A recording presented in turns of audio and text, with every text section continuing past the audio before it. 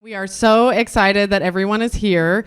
My colleague Kenna Zumalt and I have been collaborating since I think it was 2017, Kenna, on recording veterans oral histories here at JCCC.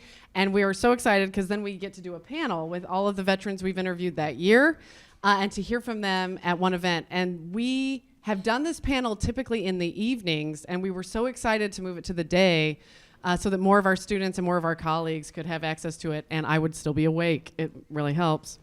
I also want to thank, and you need to wave your hands, Gerardo Ruiz and Yassine Ali. Can you wave up? These are some of our student veterans who did some of the interviews with our veterans, and then Donnie Witten also did some of them, who's not here today, is one of our former student veterans who has a quote-unquote real job. Good for him. And also we want to say super thank you to Video Services. So Chris Horvat is with us today. Yeah, I mean, we should probably clap. That is, it's huge. This would not be as successful if we did not have wonderful Video Services folks who record all of this content for us. And I should say, if you're looking for these veteran interviews, our previous panels, or other veteran interviews we've done in years past, they are all on the JCCC YouTube channel, and there is a Kansas Studies Institute playlist, and they are all on there if you are looking for them. So more information about these or others. So I'm going to do a bit of introduction for the folks at the table, and then I will turn it over to Scott, who's going to moderate and does such an amazing job. So let me do a little bit of introduction here. So let's start with Jim Bany. So Jim, you want to wave a little bit? Yeah. So I will say they have super long bios that are all amazing and wonderful, and you're going to learn about some of this. So I am not saying all of the things. I'm just saying some of the things. No, there is way more. So Jim served in the U.S. Army on 2 combat tours, including as part of the Joint Special Operations Force, which conducted the most daring and dangerous missions in Vietnam, for which he was awarded 5 Purple Hearts. Thereafter, Jim was also a Division I college basketball player for the University of Minnesota, and he spent much of his career in carpentry and construction here in Kansas City. Gary Seabaugh, who we see, you want to wave a little, Gary? Yes. So Gary served in the Marine Corps and was wounded in combat numerous times. He is highly decorated, including with Purple Heart and Silver and Gold Stars. And this is super exciting. He is also JCCC alumni. And he was the first JCCC alumnus of the year that we celebrated in our 20th anniversary. So that is so exciting. Thank you for coming back to your alma mater. And he has also worked in the private sector and in education, including as a psychologist. Bob Ulin, you want to wave, Bob? Yes, okay. Retired Colonel of Artillery who served 2 combat tours in Vietnam and then lived and worked in Europe for almost 2 decades, including at the U.S. Embassy in Brussels and at NATO headquarters. He is the author of 5 books, and he has also worked in the private sector and as an educator. Art Filmore, can you wave, Art? Yes. After earning a degree in political science, Art served in the U.S. Army, where he earned several Bronze Stars, Air Medals, and the Army Commendation Medal for his service during the Cambodian invasion of 1970. After his military service, he went to law school. He's also worked in the private sector and in numerous service roles for which he has also been highly decorated with many awards and honors. And then last but certainly not least, someone we are super grateful to, Scott Weaver. So Scott, yes, you want to wave a little? Okay. Retired Army colonel and combat veteran who served as an infantry officer, strategist, and scholar. Scott has served 9 years on the faculties of the Army's 3 degree granting institutions, the U.S. Military Academy, the U.S. Army Command and General Staff College, and the U.S. Army War College. Since his retirement from the Army in 2014, he has engaged in many professional, educational, and service pursuits, including leadership positions on the JCCC Community Veterans Engagement Team and the Kansas City Association of the United States Army. So on that note, I want to thank everyone for being here, and we're so excited to hear and learn from you. Thank you, Tai. So, who are these guys? Tai gave us a little bit of an introduction, but who are they to me? So growing up as a little boy in the 1960s, the Vietnam War was a constant element of my growing up years. When I chose to join the military and join the Army, I found that all of my teachers, mentors, the people that were role models, non-commissioned officers and officers were Vietnam veterans. And these 4 gentlemen are my friends, they are my mentors, and Bob, I blame you for teaching me how to fail at retirement. Anything I can do to help. Okay, great. Okay, thank you. Yeah. Okay, so before we get any further along, I want to go ahead and give a special thanks to Chris Horvath, to Nathan Howell, who's not here, to Libby Cleve. Those 3 folks are with the video services here at Johnson County Community College, and having had the opportunity to go ahead and watch each of these 90-minute interviews that these fine gentlemen gave us for this history project, just thank you for all the work that you did both behind the camera and then in doing the editing as well. And then a very special thanks also to Donnie Witten, who's not here, who did one of the interviews, to Yassam Ali, did a marvelous job with your interview, and to Gerardo Ruiz, who did 2 of these interviews. And I just have to compliment both of you in person for the wonderful work you did in going ahead and helping these 4 gentlemen tell their stories. So thank you all. Now, history is really just one darn thing after another. And for each and every person, we all have our own histories. And our lives are just, if you think about it in one way, just a series of, I think I'll do this. And then, what the heck? And how'd that happen? And then, what does this mean? And finally, well, where do I go from here? And so, what I want to focus on today with our panel is that story, that personal story that Bob, that Jim, that Gary, and that Art all have for their experience at a particular moment in their lives and their service to our nation in Vietnam.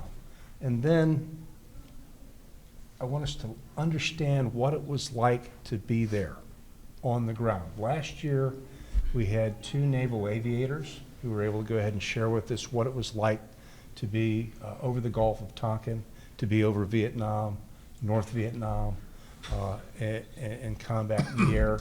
And as I was listening to that and hearing the stories, I said, you know, there's another part here, which is what is it like to be on the ground?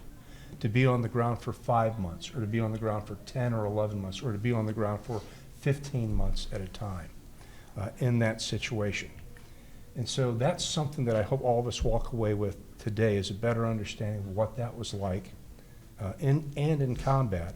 And then also for us to learn something about what it was like to be a Vietnam veteran, to come back to America in the late 60s and in the early 70s, and then to be a Vietnam veteran in the 1970s, the 1980s, the 1990s, and the difference that these gentlemen made, and how the veterans who were out here of my generation and younger, okay, and how we were treated much better. Okay. And so that's the 2 things I want to go ahead and get to today. So let's go ahead and start with that first video clip and find out who went into combat. They don't have fat people in combat, and you don't have old people because they're too smart to do it. So it's skinny, enthusiastic, stupid people. Okay. And then, so that's not the whole story, but that was just too good not to go ahead and have Dr. Seabaugh explain that to us. Okay. And then just a little bit, and we'll get, and this is the part I really want to focus on, but we're going to have Jim introduce that, of what it was like to be on the ground and out doing combat operations. What size was the platoon personnel? It varied all the way. I remember when we were hard up for people, we had as few as 15 in a platoon, and we'd had as high, on the high side, maybe 30. And it varied from, you know, how much contact you were in. Guys get wounded. A few of them got killed. It just varied. There's a lot of malaria was a big detriment. there was a couple other diseases that really affected. Dysentery was when you're out in the field. It always amazed me the amount of disease that guys got.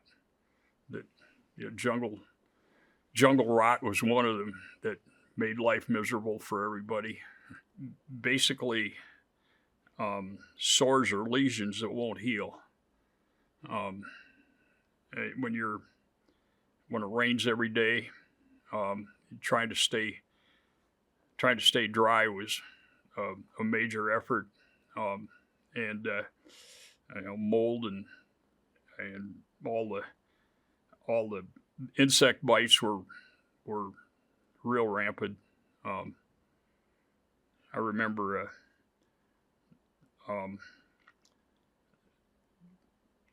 red ants. You'd be walking through the jungle, and the red ants would be on the leaves, and you'd brush them on, and they'd get on your skin. And they were really bad. If they got between your rucksack and your back, they'd take a hunk out of you. Scorpions were another. If you were in a foxhole, scorpions would come right through the wall of a foxhole and nail you. And you're trying to maintain silence at night, and you hear somebody scream in agony because they got nailed with a scorpion. It had its challenges, for sure. I've actually seen red ants take a hunk out of guys. We were in a firefight a couple of times, and guys would stand up in the middle of a firefight to try to get the red ants off from them. There were leeches were another really. Leeches and ticks. They were real prolific. I've got tick bites in places that I didn't know you could get tick bites. You guys got to go ahead and spend at least some time up in the air as artillery aerial forward observers. Yeah, I was actually never in the air. I was always on the ground as a artillery forward observer, calling in on artillery airstrikes and gunships during firefights. And oddly enough, a lot of combat is about adrenaline. Fear sets in later on when you realize what almost happened to you. But what you were talking about, the leeches, when you go, you think you're taking a bath in a river because there's no place else to take it. All of a sudden you have leeches every place. I had the red ants. I would we slept on the ground, and at nighttime scorpions would come, and you could actually hear them clacking coming towards you. I would just say one thing. There is a book. There's a guy named Carl Marlantes, Karlmantas. Gary, you're probably familiar with him. He wrote a book called Matterhorn, which is about a Marine. It's a semi-fictional story about Marine. I forgot what hill it was, Gary. Marines were always taking hills. I'm not sure why. Here we are. We're at the top of the hill, in case you need our coordinates. Hamburger Hill, yeah. But he also wrote a book called What It Is Like to Go to War. And that is the best single book I've ever read about what it is like to be in personal combat, where unlike drones being run out of a mountain, you actually look in the eyes of the person you're about to kill. And it's a harrowing experience, and one you don't forget. Yeah, my first tour I was with the artillery in the Central Highlands of Vietnam, November 67 to February 69. I was a battery commander. I was 25 years old.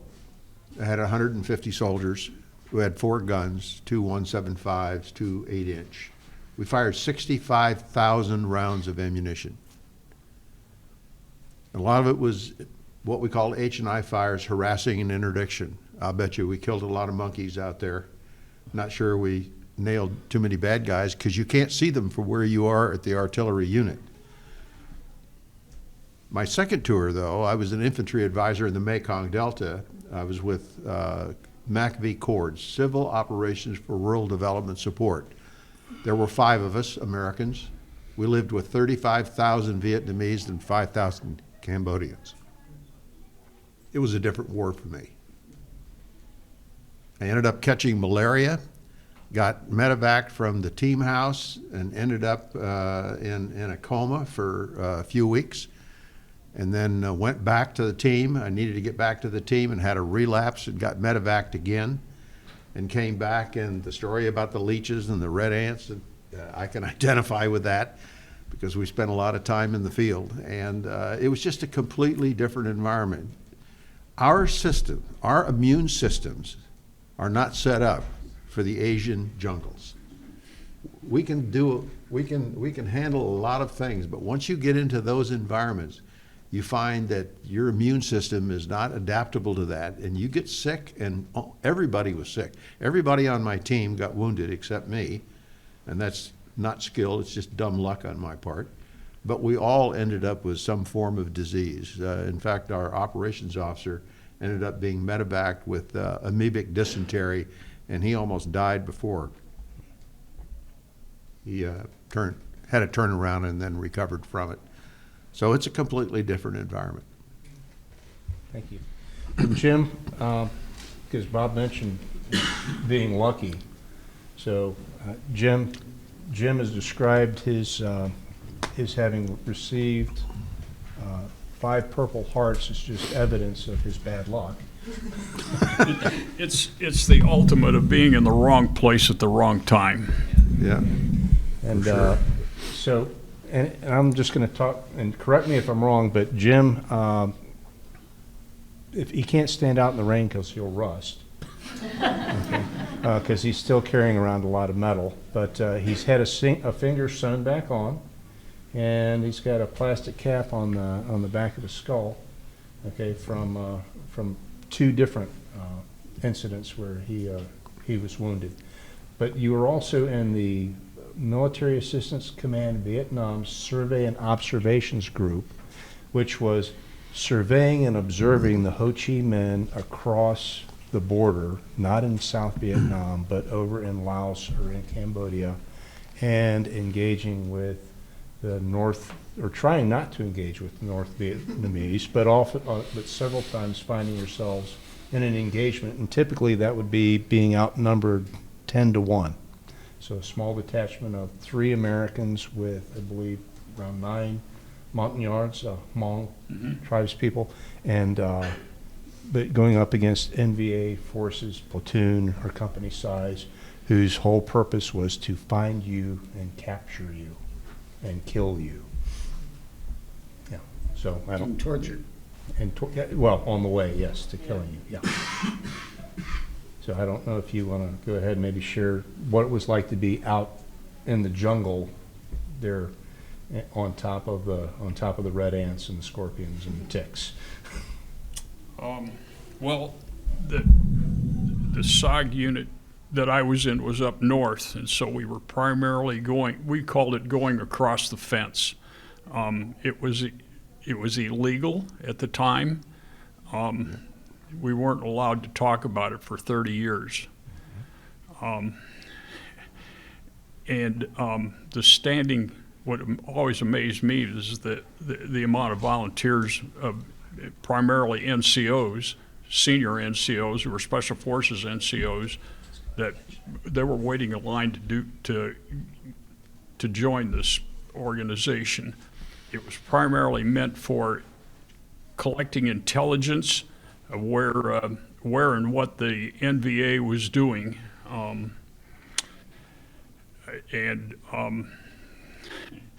to this day, when I hear a helicopter leaving, I get goosebumps on the back of my neck, and I almost get overjoyed when I hear a helicopter coming, approaching. It was your lifeline. Air power was the only assistance that we had, and my job was I call it humping a radio. I carried a radio, and I was the communications part of this team, so I day-to-day contact with FAC people. They're your lifeline. and they were crazy. They were I numerous times, if we'd be in contact, I'd see, and they were in little light aircraft like Piper Cubs that were on steroids, and we would be in contact or trying to avoid being in contact, and they would be a diversion, and they'd fly by. And I've seen several times where they'd open up a window and fire a handgun, a 45 at. Yeah, I mean, it's just absurd, but that's the way. That was the mindset. I will say that combat in Vietnam changed dramatically after the William Calley My Lai massacre, because obviously Calley landed a bunch of people in the ditch, killed them all. But that led to such a pendulum swing in terms of the U.S. approach to the war that we were virtually castrated from the ability to fight the war. And for example, we were talking about the picket fence. I spent most of my tour with the infantry, special forces, and Navy Riverines calling in fire, and I was always on the Cambodian border or in Cambodian border. And so there wasn't exactly a gate that said, hey, welcome to Cambodia. So if you were in a pursuit of somebody and the firefight was going on, I would call for artillery support. They said, sorry, you're across the picket fence. And I go, seriously? And so I'd call an airstrike, because they didn't care where they went. They'd kill, they'd go for anybody. But the same was true if I was receiving mortar fire from a village. And I'd call in for clearance to attack that village, and they said, you can't do it, it's friendlies. I said, would you tell the friendlies to quit shooting mortars at me then? I said, because I'm going to find a way to get them. But it was, it became the Vietnam veterans' nightmare that you are in a firefight and you shoot your M16 and it's shooting water, like a water gun, or BBs. And what that was a sign of the fact that our ability to fight a war was castrated by the administration. And I understand My Lai, believe me, but I mean, it affected us who fought there after that very, very dramatically. Thank you, Art. Bondi, you were going to go ahead and make a comment Yeah, I about want supporting, being in one of those little Piper Cubs. Well, yeah, and supporting Jim Bany and his group, the SOG across the border. My firing battery was up at a place called Doc To. And Doc To was in the middle of Vietnam near the Cambodia, Laos, Vietnamese border. We got a fire mission one day, and I had to take 2 of my 8-inch howitzers and then run them up as close as I could to the tri-border area, and we got to about 3 kilometers from crossing the border into an area where we weren't supposed to be. And then I ended up with a fire mission, and I had to fire several hundred rounds of ammunition into Cambodia. And then when the mission was over with, we turned around and came back, and then we burnt all of our fire direction records because we weren't supposed to be there. And that was part of the secret war that we were fighting in Laos and Cambodia when we weren't supposed to be there, and yet we had to be there in order to survive. And so it puts you in, it didn't put me in too much of a difficulty, but afterwards, you know, when you have people end up testifying, where were you and where were you when, you had to be real careful what you said. And a lot of these guys, Jim Bany and some of the other guys that ended up across border, did a lot of things that they were never recognized for. And a lot of awards were not given because they weren't there. It was not uncommon for a team to go into Laos, particularly where I spent most of my time, and you'd never hear from them again. They would been overrun or decimated, and it was just a given fact of that's the way, that's the collateral damage of a war. We look at it a lot differently now, I think. But it was a learning experience at the time, and you know, the greatest way to learn is from your mistakes. So, you brought up another point, Art, about Rusty Cali. One of the things that I've really struggled with, and still an emotional, it's still very emotional for me, was that war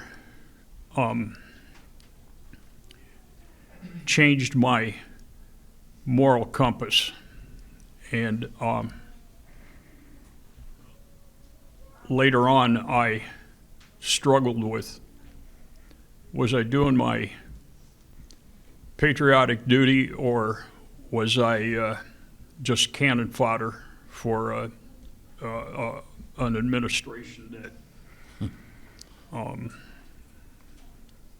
couldn't find their hind end with both hands? And that's sanitizing it. So, of the four gentlemen up here, Gary had the shortest time in combat, not because it was a choice, but because of bad luck. And at the time that Gary was serving with the Marines, if you were wounded a third time, then you were shipped home. But I'm really glad we got Gary and Jim sitting together, because Gary was with the 1st to the 5th Marines, the 1st Marine Division. Jim was with the 1st Brigade of the 101st. Both of them were at the Battle of Hue in 1968. So, and the North Vietnam launched the Tet Offensive. North Vietnam lost almost the entire infrastructure and personnel of the Viet Cong in South Vietnam. But it was a hard-fought situation, and it changed the course of the war in terms of the people of the United States' will to go ahead and back continuing to be involved in Vietnam. But so I just wanted to, maybe have you guys talk a little bit about the Battle of Hue, because here we're in a very different situation. And I love, Gary, the way that you describe Hue City in your interview. And if you would, just go ahead and just tell everybody, what was Hue City like? Well, first of all, unlike these brave men up here that had to deal with ticks and all those such things, I was exclusively in the city. We went up north a couple times after we got out of Hue. But we did house-to-house fighting. Hue City was built by the French, so it's like going to Brookside and going house-to-house there. And it was, very interesting for me, because I was an idiot kid and I was a corpsman. And when we went on reconnaissance missions, and that amounts to sneaking through the city, they'd always take me with them, because I worked at the armory at Camp Lejeune. I could take a M60 apart and put it back together, so I was kind of unique as a corpsman.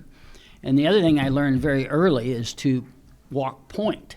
So I had two guys that were good, dear friends of mine. Of course, these guys will tell you, you fall in love with everybody. You serve in combat.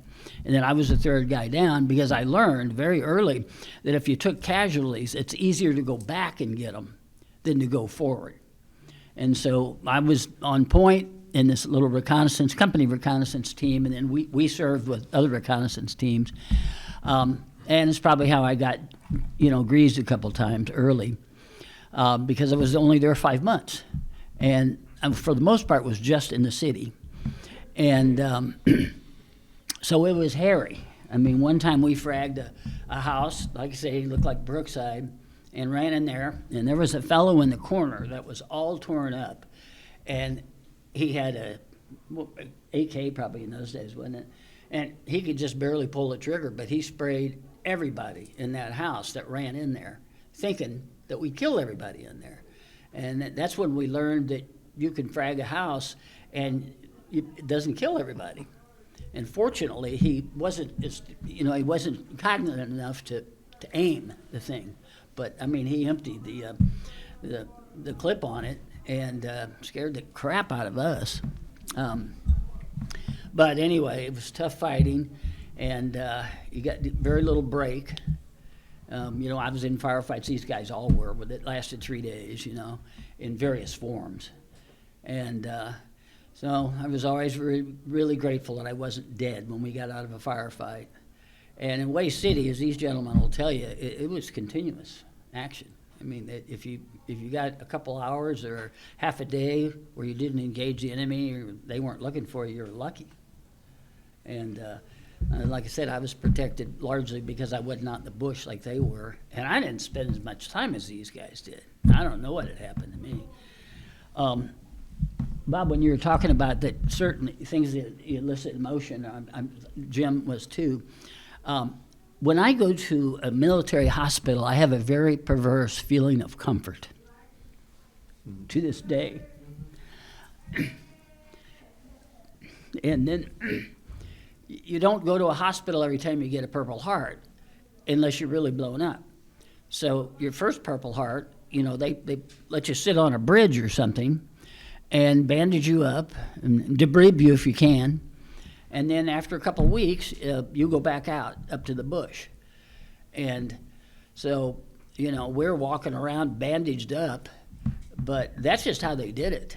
If you could still pull the trigger and walk, they didn't take you back to the United States. And then my third Purple Heart blew me up, so that's how I got out of combat. And I spent 3 months in Smedley D. Butler Hospital in Okinawa and then 3 months in Great Lakes Naval Hospital, both as in and outpatients. And I weighed 100 pounds when I came back to the United States. They thought I was a prisoner of war. I was so skinny. But the smell of a military hospital is very comforting. And unlike these guys, we didn't have a monsoon. So we didn't deal with immersion foot or things like that. Mm-hmm. It was good weather for fighting, and the enemy thought so as well. Well, thank you. One thing I think is really important, if you listen to what everybody says, is this is a controversial term, but Vietnam was a war of genocide. It was not about territory. We could take a village one day, and the next day it would be back in the hands of the Viet Cong. When we reported every day as to our activity, the question was, how many KIA did you get? How many people did you kill today? And so, as a multi-purpose forward observer that I was, I might have called in. I'm with the infantry. I might have called in artillery. I might have called in airstrikes. I might have had Cobra gun support. Each one of those would say to me, what was your KIA today? And I'd say 6. Well, each one of them recorded 6 kills that day. And so 6 dead people became 24 dead people. And a lot of people have read this, but had the statistics been justifiable, we killed the entire population of North Vietnam 2 or 3 times over. And that's how inaccurate it was. And that's how there was a saying among those of us who got there, like I said, post-Me Lai, and that is, we are the unwilling, led by the incompetent, to do the impossible for the ungrateful. There was no mission. The mission was to stay alive that day and kill enough of the other people that they didn't kill your people. Very simple. I want to expound upon our joint experience. I went back to Vietnam after my first tour. Between tours, I'd gone to officer candidate school, and I'd gotten commissioned as an officer. And the Army, in all its wisdom, decided to take me out of Special Forces and make me a platoon leader in the 101st Airborne. Never understood that. That was anyway.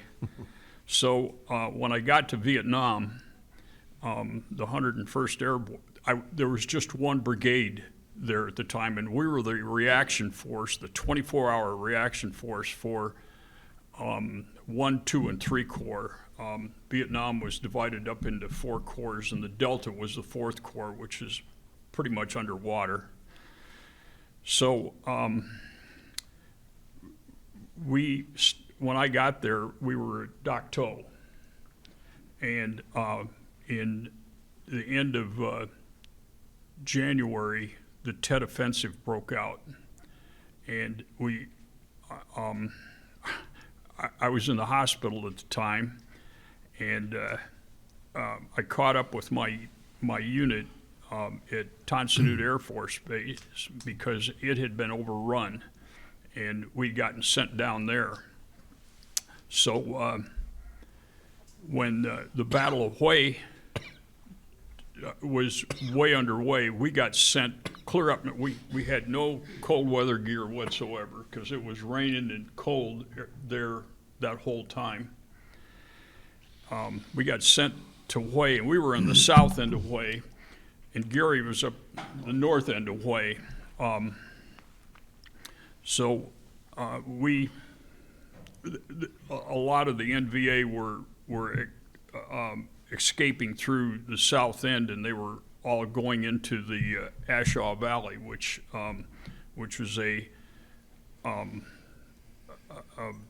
arms depot for the NVA for supplies going south, and so we matriculated into the back from an inhabited area back into the jungle, which I was much more comfortable with, if you can, if that's a right word.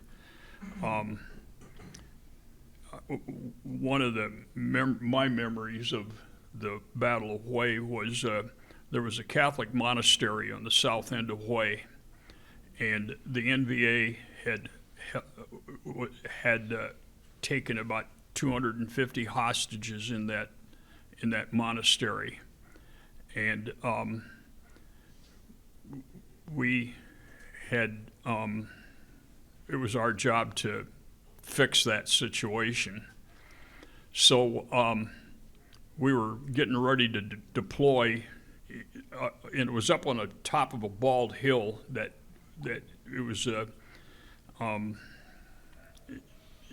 predominant land feature, so they could tell us, I mean, they could see us coming from a mile away.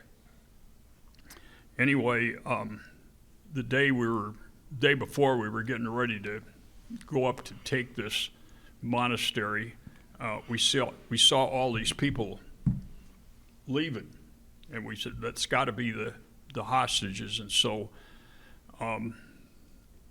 what was decided was that they were going to bomb that monastery, and that monastery got destroyed. And that monastery was like 400 years old. So we got there, and the NVA had all departed, and so it turned out it wasn't the fiasco that we thought it was going to be. A side note is we found the wine cellar.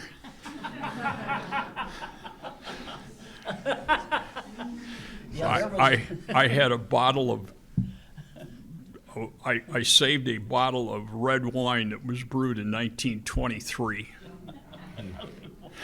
Do you still have it? No, I lost it. I'll be at your place this afternoon. Let me add to what Jim was saying. Way City was, the city had banks and everything, and we blew it up. And when I got there, it was February 11th, and they were rolling in on 6x, which is a big truck that's got 6 wheels. And there were only 2 or 3 Marines on each truck. And that would, that way if they hit the truck, they'd only kill 3 of them. And I think we rolled in there at 60 miles an hour and took very, very heavy gunfire. And in doing so, the guy that was driving our truck drove over a berm. And we all rocked out of the thing, fortunately, you know, it was on grass. And that was my introduction to Way City. I mean, it was crazy 3-day firefight. But we all carried cameras. You know, I had a whole bunch of pictures of Ron and I got drunk once. I got depressed and threw them away, and I've saved a couple of them.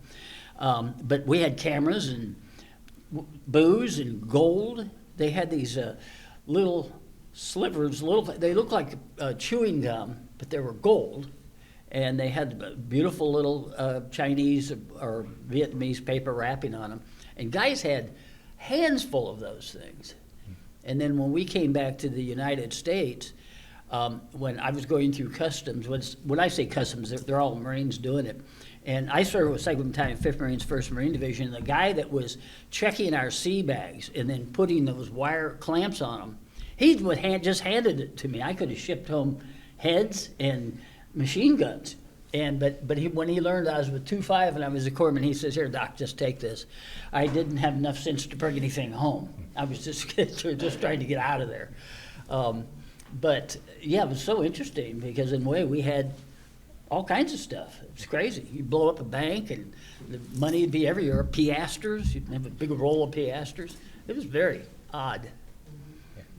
Well, thank you. We're going to go ahead and move on to kind of the second part here. And so, Tai, I'd like you to ask you to go ahead and run Bob's number 3. Okay. So what happened is I was commissioned before I was a college graduate. That doesn't happen today. I was a commissioned officer. I went to Vietnam. I spent 15 months in the Central Highlands as an artilleryman, and then I went back to Vietnam, and I spent 15 months in the Mekong Delta down in the bottom of Vietnam as an infantry advisor. There were 5 Americans, and we lived with 35,000 Vietnamese and 5,000 Cambodians. You had to make a lot of friends. We were on combat operations all the time. I'm an artilleryman with a combat infantryman's badge. You don't see that today, right? No. So I've been a combat artilleryman and a combat infantryman. I learned a lot about myself. I learned a lot about other people. And I learned how to get along and what it takes to survive in that type of an environment. And it conditioned me when I came out of Vietnam. I was a different person. I don't think I had PTSD, but then again, I'm not sure. But I do know the Army said to me, "Well, do you want to stay in the Army?" I said, "Yes." And they said, "Well, then you need to get an undergraduate degree." And I said, "Okay." In between Vietnam and my trip to Europe, I came back. I was given a 1-month leave.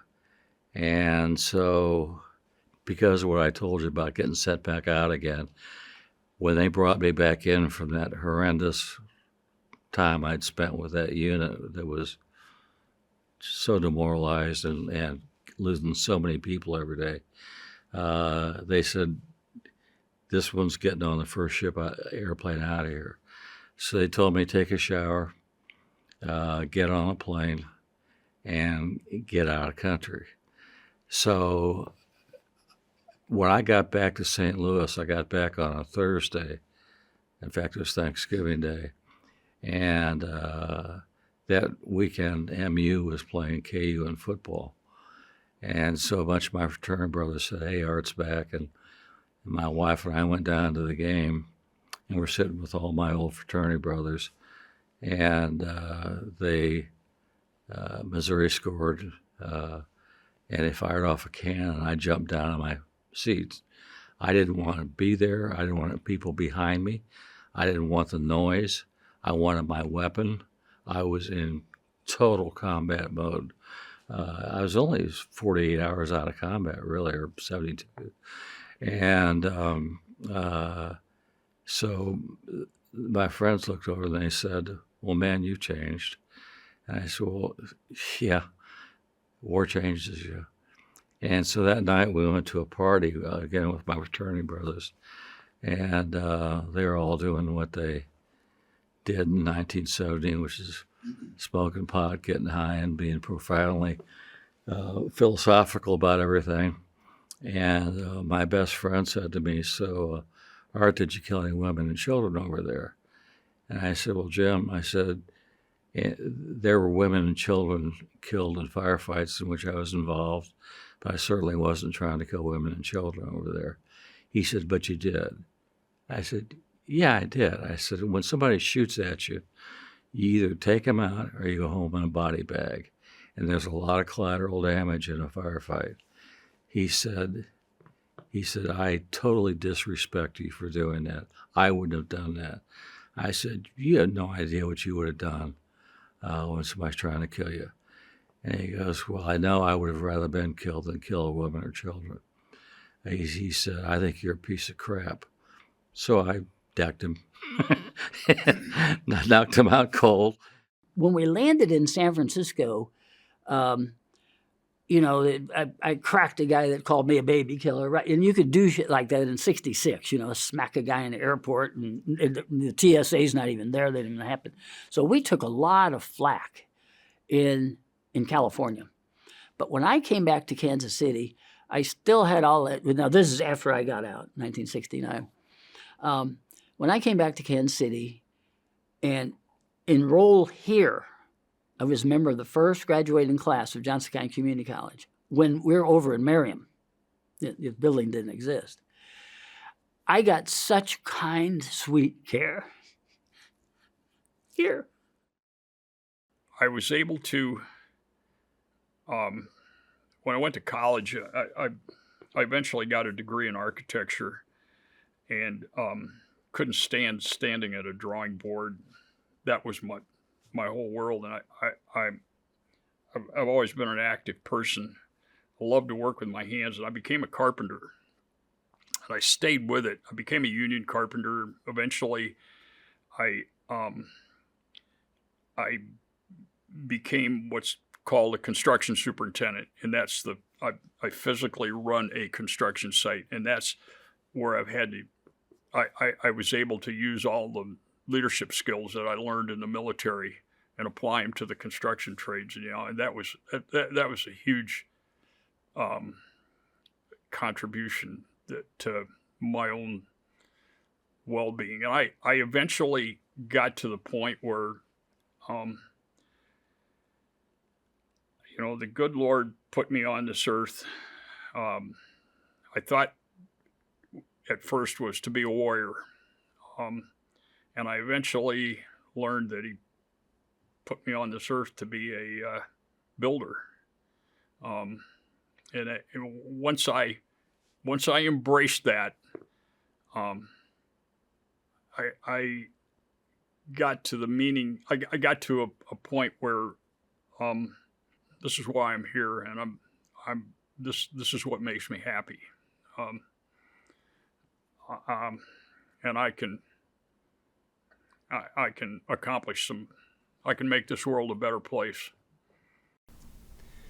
So I wanted to go ahead and share those 4 clips to go ahead and prompt the discussion about what it was like to come back to the United States out of combat in Vietnam in the late 60s, in the early 70s, and Bob had a full military career, joined the Army, watched the Berlin go up, or the Berlin Wall go up, was in the Army when the Berlin Wall came down in 1989. Okay. And he really did learn something as a military advisor there with MACV, because he spent the latter half of his career as a military diplomat, as a foreign area officer. And but Art went on to become an attorney.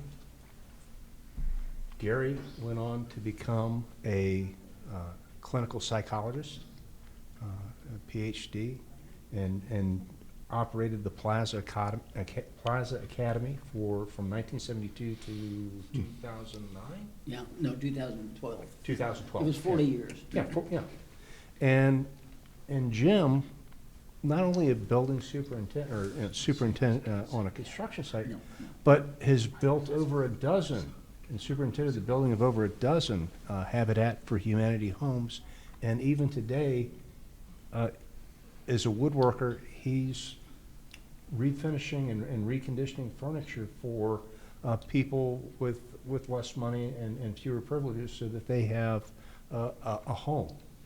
And so each of you, and Art, I'm going to go back to, there's a Vietnam Veterans Memorial here in Kansas City because of Art Filmore. There's a veteran stand down that's been done, or was done for over a decade, almost 2 decades, in Kansas City because of Art Filmore. And there is St. Michael's down the hill from the Kansas City VA hospital, where over 120 veterans are able to live out their days in dignity because of Art Filmore. But I just got to ask you guys, how did you do that? How did you take not being embraced, but being shoved away by your fellow citizens when you answered the call for duty and still have chosen over your lives to make Kansas City, this area, our community, a better place? Scott, first of all, I appreciate you reminding all of us that you were a little kid when we were fighting that war. I was pretty much aware of that already, but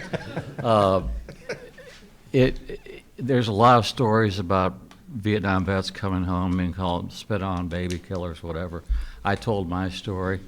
What happened to me after that, though, was that after that experience of talking about the war, I said, I'm never going to talk about the war again. And I literally did not talk about the war to my wife, my friends, my family for 15 years. And when you suppress memories like that, that's where PTSD, or PTS as they call it today, comes in. I suffered from horrible nightmares for 15 years. And, but I also thought, I'm kind of lucky in that I came back and was able to go to law school, have a family, and so as I saw veterans less fortunate than I had this passion to help them, especially those who are homeless, and that's led to kind of my mission over the years. Just to give you a feel of the atmosphere, when I came back from Vietnam, my mother was a grade school teacher in St. Louis for 32 years. And she asked me to come in my uniform with my medals to talk to her kids about getting back from Vietnam. I was on leave. And it was so dangerous in terms of self-respect and what was going to be said to you to be wearing a uniform that I wore civilian clothes to my mother's school. I went to the bathroom, I put my uniform on, I went to her room, I talked to her kids, I went back to the restroom, put my civilian clothes back on, and carried my uniform because I didn't want the insults. I didn't want the comments. And I think that the gift of the Vietnam veteran to Scott and others was that at the end of the day, especially after the first Gulf War, we had the big homecomings and all of that, and I was part of the homecoming here at Richard Seabaugh. People learned that you have to distinguish the war from the warrior, and that even if you disrespect the war, you must respect the warrior. And I think that's the lesson that Vietnam veterans help teach in America, which helps subsequent generations feel not just ashamed or bad or guilty about their service, but proud of it. Getting the front seats, getting the play. A lot of Vietnam veterans resent that. I love it, because I know from that we accomplished something. We changed the fiber of how America views its veterans.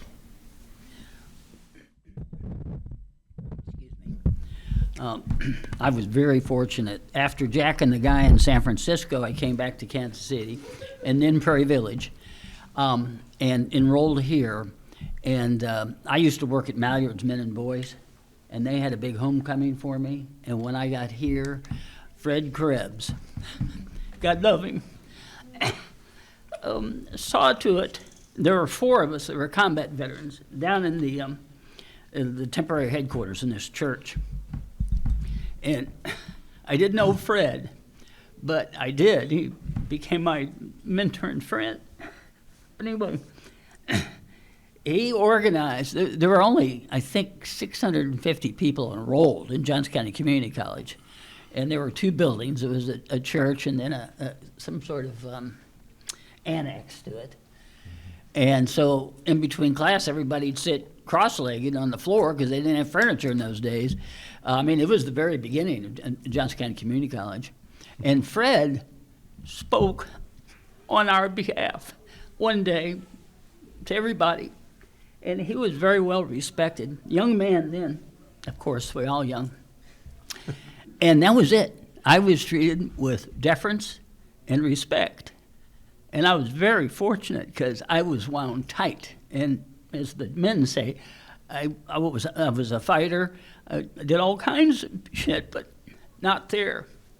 Fred really took care of us. And then let me add something else as a clinical psychologist. We all have combat anxiety. That's what it was called in those days. There was no PTSD. That's a relatively recent thing. But the 3 of us have that. 4 of us have that. 5 of us have that.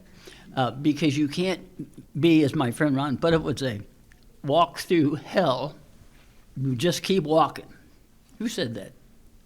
I'm not sure, but it wasn't. It wasn't Homer Simpson. But that's essentially what Good happens. response. You can't go anywhere but forward.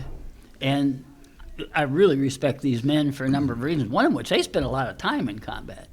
I mean, I was either lucky to get out after 5 months or unlucky for taking the hits. But no matter what, I didn't deal with what they dealt with because I was in and out relatively quick. My last wound was I was blown up. They fired a rocket at my group, actually it was my reconnaissance team, and they hit a pole, like a telephone pole, because it was a modern city. And then the back blast, I don't know if I traveled 10 feet or 30. I have no way of knowing because once that happens, you can't hear anything. And then I took shrapnel up here and I was bleeding in my eyes. So I thought I was blind. And 2 guys grabbed a hold of my ankles and started pulling me very quickly. So I thought I was being captured. But I couldn't see anything and I couldn't hear anything. And so I'm fighting like crazy. And they got me close enough to a fire team, which is 3 guys, that they sat on my chest and poured water in my eyes to pour the blood out. And then I saw Marines. So they shipped me out because I was pretty much done. Here. He's got more Purple Hearts, so he needs to address that. Let me tell a little follow-on about when I came back from Vietnam and the Army asked me if I wanted to make the Army a career. And I said, well, yeah, I thought I was doing that. And they said, yeah, but you don't have an undergraduate degree. You've got to go to college. And I said, okay. And they said, well, go find a college that'll take you and then we'll send you. So I went outside of Fort Sill and there's a college there called Cameron College. It's now Cameron University. And I signed up and in 18 months I got a 4-year degree. Because I went to the education center and I tested out a bunch of classes and I got credit for that. Physical education, they figured, hey, if you make it through combat, we'll give you 6 credit hours for that. And so the bottom line is I took advantage of all these opportunities, and then the Army said, we're going to send you in, and I took a full load, and I got to tell you, it really changed my life. Because I was a C student in high school. But for the rest of the time, I was an A student no matter where I went, because I was focused. I knew how to plan, I knew how to organize, I knew how to lead, I know how to study and to apply myself. 3 graduate degrees later, when I was at the Army War College in Carlisle, Pennsylvania, I was the director of International European Studies at the end of my career. And the Army sent me to Harvard University for an executive management program. So I got 3 graduate degrees and went to Harvard, and I don't have any student loans because it's all paid for by the Army.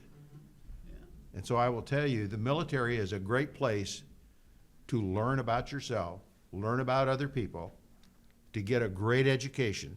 And if you apply yourself, there's no end to what you can do. But you will learn an awful lot about being in the military.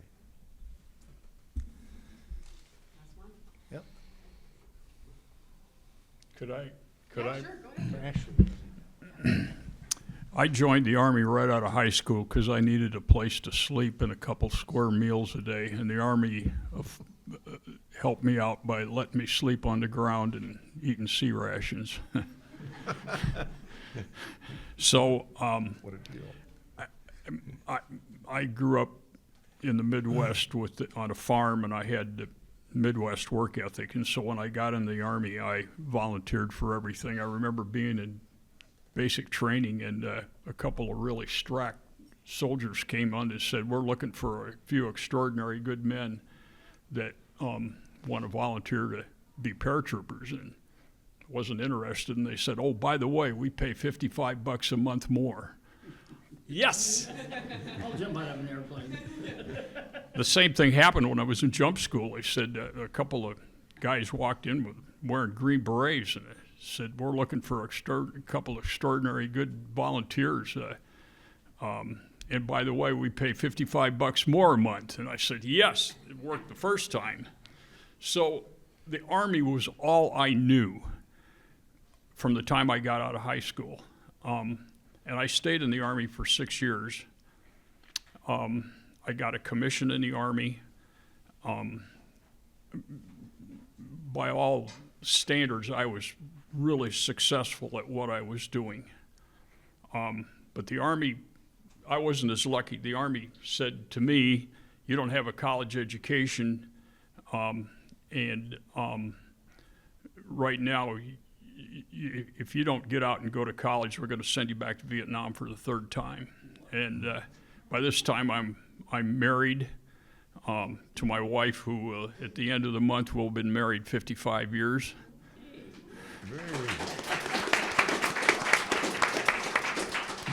So I got out of the Army in 1970, and I went to the University of Minnesota. It was not a good place to be.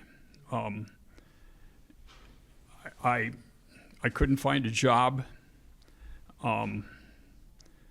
I lost my identity. I was somebody in the Army, and I got out into civilian life, and I was just a civilian. And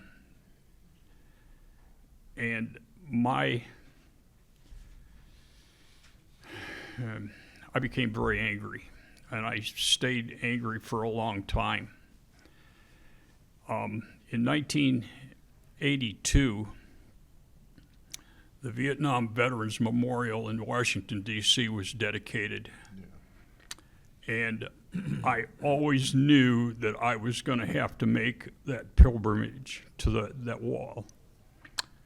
I knew 44 names on that wall. This is the best of my recollection. So I waited 12 years. I finally, I don't hear voices or stuff like that. I was sitting in church one day, and the voice came to me and said, "Bany, it's time to go to the wall." So in 1994, I conjured up all the courage I could do, and I made my first pilgrimage to the wall. And what I realized was I was not honoring those names on the wall by being angry. And it changed my life. It just,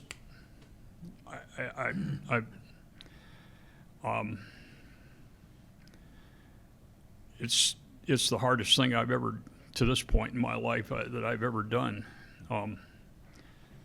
Fortunately, my wife stuck by me, and I've got great kids. I got 2 daughters. I got 4 grandsons.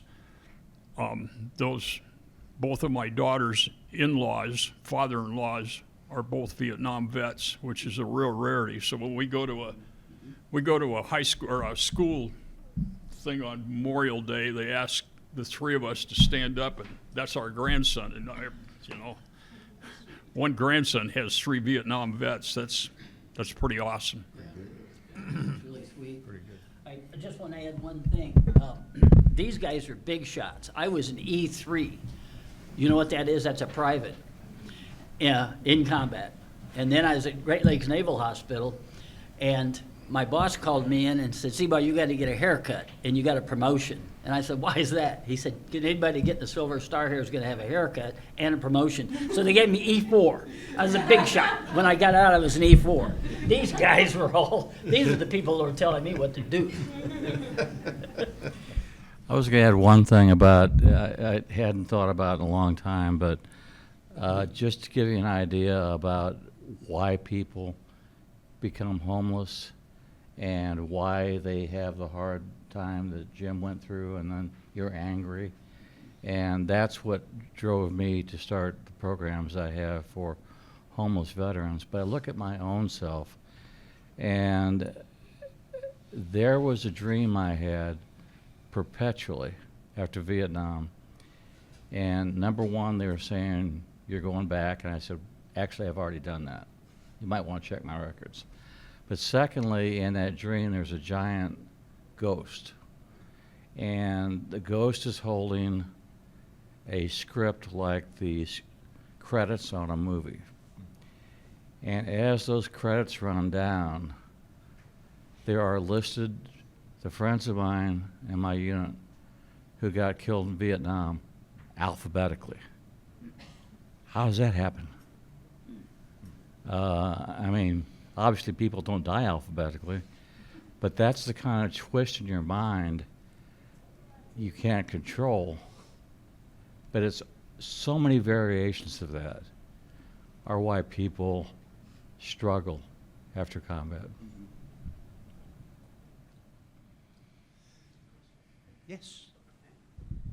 All right, I think we're going to have some time now for questions. So I'm going to come around and bring this if you have any so we can hear you. Does anyone have any questions they'd like to ask our panel?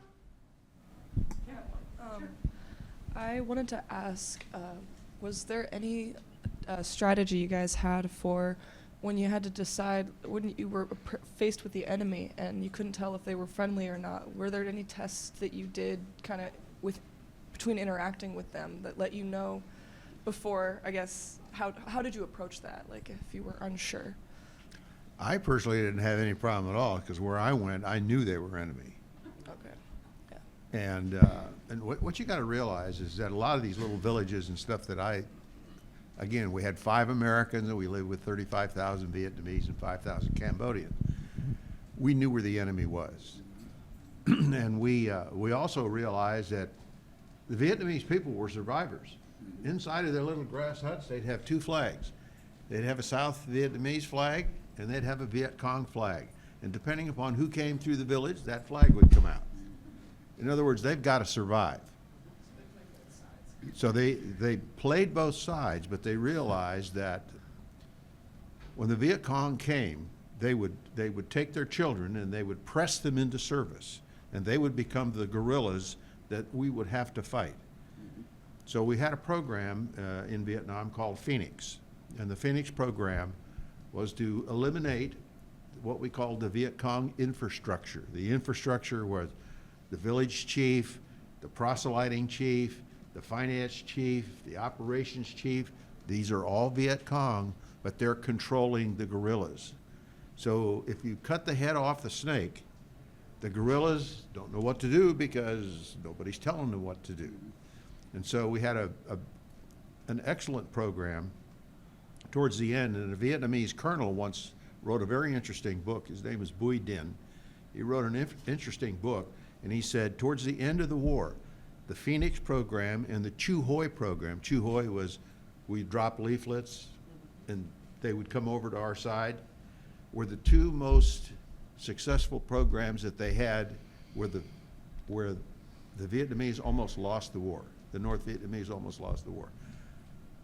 But American patience had run out by that time and it was too late.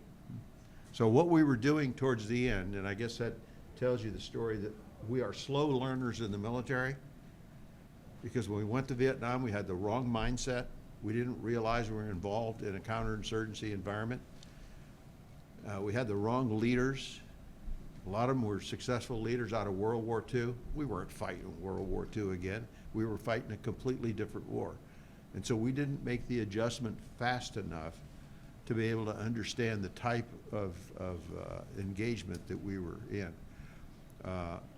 In my village, I worked with the State Department. I worked with the USAID, United States Agency for International Development, and veterinarians and so on. So if water buffalo were sick, I'd get a veterinarian to come in. If we had a problem with the rice crop, I'd get an agronomist to come in. And so we were involved in the sort of nation building kind of thing, but we were also running combat patrols to kill the bad guys. That's confusing for whoever's. So it was pretty easy for me to know who was coming in. And the Viet Cong never flew helicopters, so if anybody showed up on a helicopter, they were good guys. Your question is really a good one, because this is the first time we fought insurgents who are non-uniformed. And so they were in black pajamas, and a lot of them carried what were called woodcutters cards, which allowed them to be in the forest. But the Viet Cong could get woodcutters cards, and we would have somebody we'd let go as a woodcutter, and 2 hours later, one of our guys get his legs blown off by a booby trap. So it wasn't an engagement where you got to know somebody, and hey, you know, and they weren't they were dressed as civilians. And so all I can tell you, and it may not be right, it may not be moral, but I always wanted to kill one more than one too few, because the next one was me.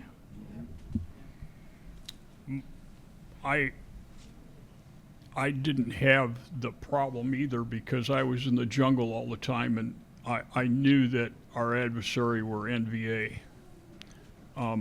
One of our big problems was collateral damage. 10th of August, 1968. The day before, we had been trying to take a hill that was a predominant feature that it really dictated the whole area around it, and the NVA was dug in on the top of it, and then they had concrete bunkers, and we couldn't take the hill. We were taking too many casualties, so we pulled back behind another hill, and the plan was to come in the next day with air power and try to blow the top of this mountain off, which is a difficult thing to do.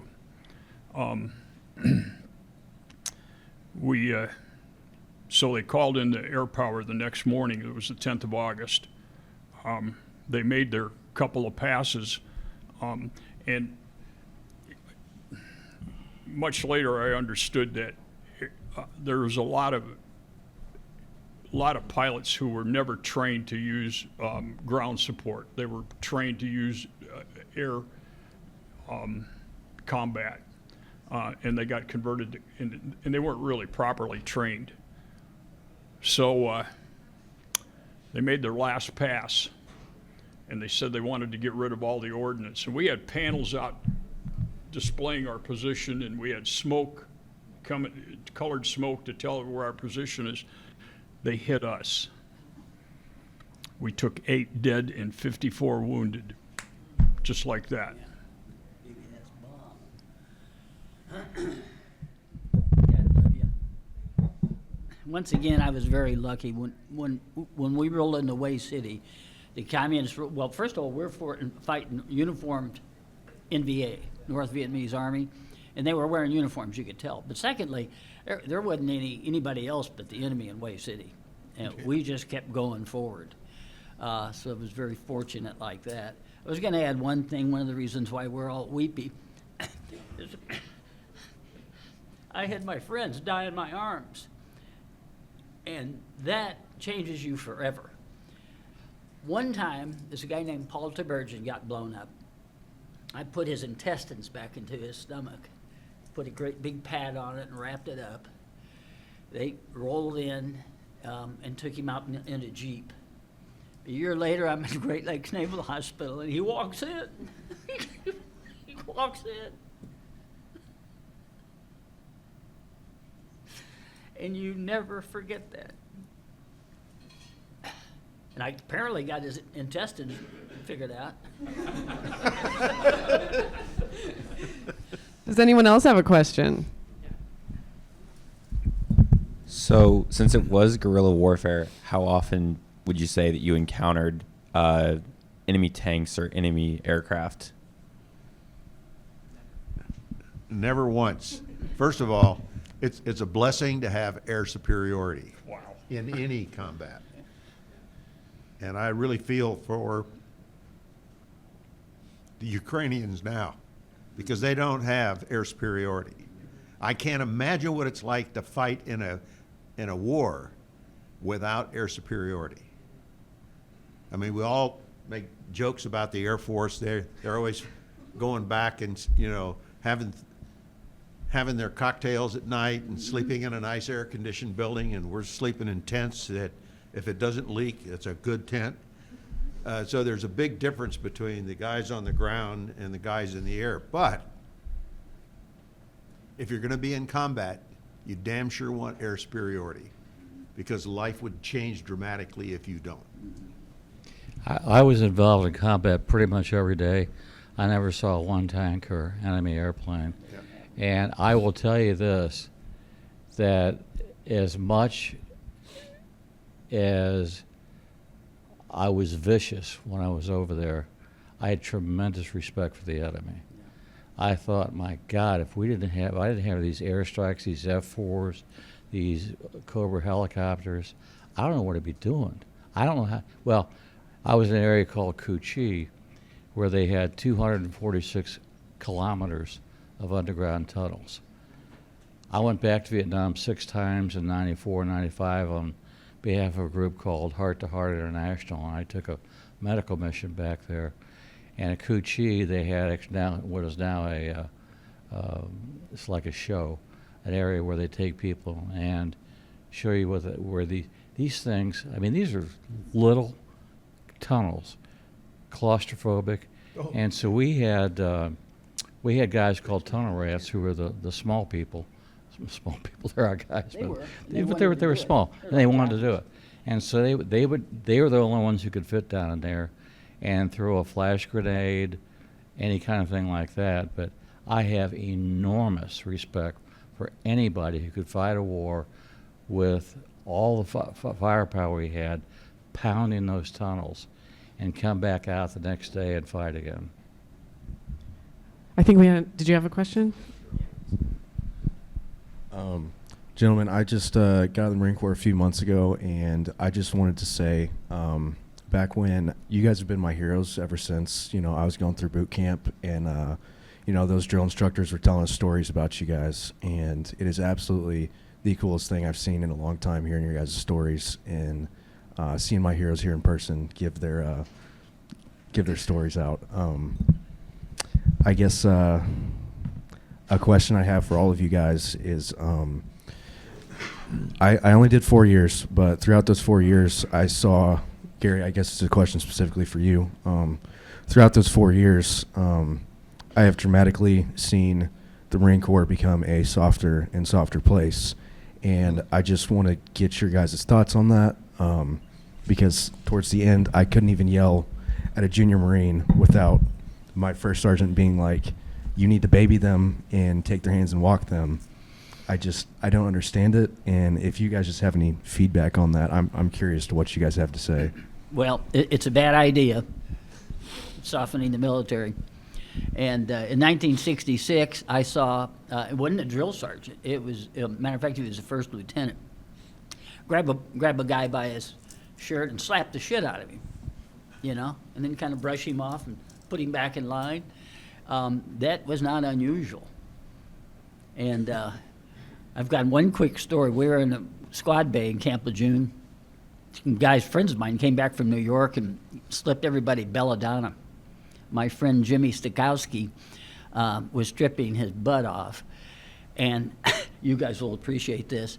He went over, in squad bays, you have the administration, this gentleman can tell you, administration downstairs, and then there's 80 people sleeping, bathroom in between them, bunks lined up.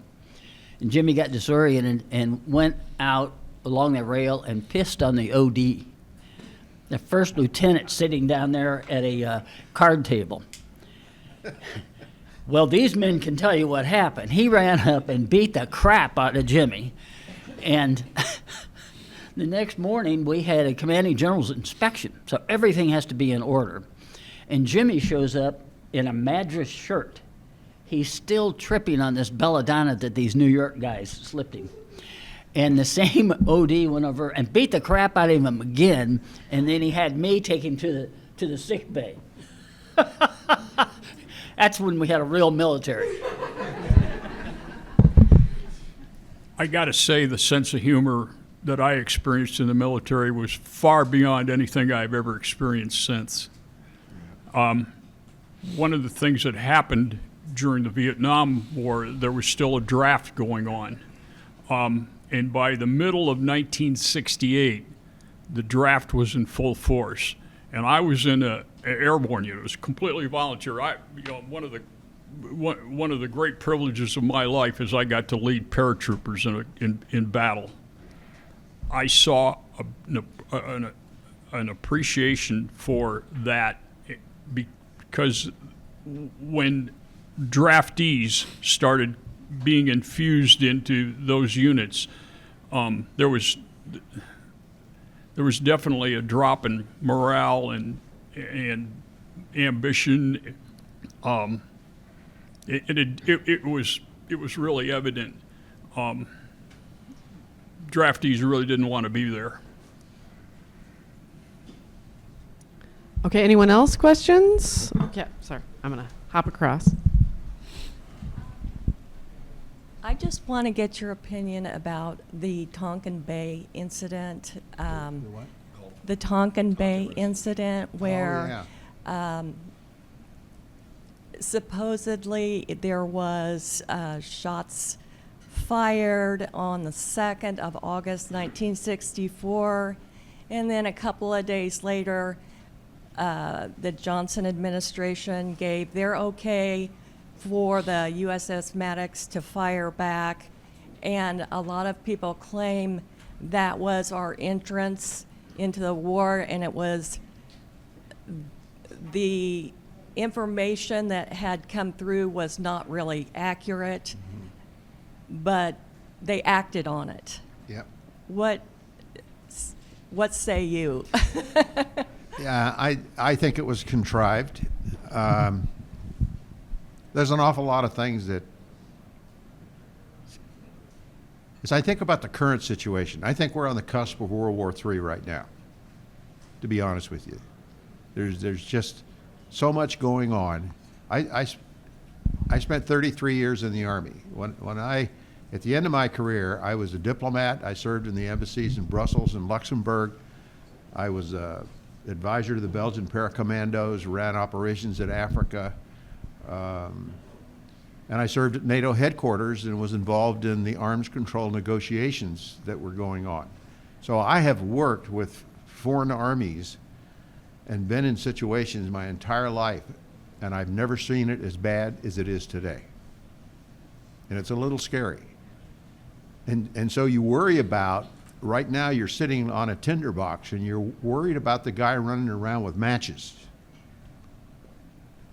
of doing something that may lead to a conflict that spins out of control. Have you ever read The Guns of August by Barbara Tuchman? It's a Pulitzer Prize book about World War I and about all the mistakes that were made that led to World War I and the catastrophe that occurred in Europe. It wiped out an entire generation of young people in World War I. And that's one of the reasons that a lot of Europeans didn't act when they saw the warning signs of World War II. They had these deep memories of the loss of losing an entire generation of young people. Unfortunately, Americans are ahistorical. We don't study our history. We don't believe it. We think it's different, so it's going to change. Have you ever read, there's a Will and Ariel Durant Oh, yeah. wrote The Lessons of History. Yeah. It's 11 volumes, 10,000 pages, probably some of the best prose that I've ever read. But they wrote a little book called The Lessons of History. And one of the chapters says history and war. Of the 3,668 years of recorded history, only 268 have seen no war. War is the ultimate, war is the natural selection of the human species. So just because we're at peace today doesn't mean that we're not going to be at war tomorrow. And we better get our collective heads out of the sand and start funding the military and spending money on defense to make sure the other guy knows that we're damn serious. If not, we're going to make a mistake and we're going to be ended up in a war that we don't want, that we cannot afford, and that will cost us dearly. Any other questions? Maybe our one last. Oh, yes, that'll be our last one. And you can, of course, talk to them individually afterwards. Gentlemen, thank you very much for your service. And hearing this brings back at least the two famous letters I remember in my life. 1A. Ken Burns did the documentary on Nam. Did any of you have reservations about viewing it? Did you view it? And did it have any after effects this many years later? I had a father who was a political filmmaker and had made movies for Bobby Kennedy, John Kennedy, Hubert Humphrey, and Bill Clinton and I are 8 days apart in age. And so my father had a very serious talk with me when I got out of college, and Vietnam was completely hot because I was enrolled at Michigan Law School and I was going to get married. And so I'm from a draft board in St. Louis in which most people go to college. And so I thought, well, I might get drafted. And I talked to my dad, and he said, Art, there are two types of men in the world, those who've been shot at and those who haven't. He was a World War II bomber. And I didn't get it then. I get it now. But he also told me, he was a member of the ACLU and voted for Adlai Stevenson. And he said, you know, you're in a suburban, wealthy area in St. Louis. And if you don't go, if I make my call to any of these politicians, you're not going to go. But if you don't go, some kid from the inner city is going to take your place. And that's all I had to hear. And so I enlisted.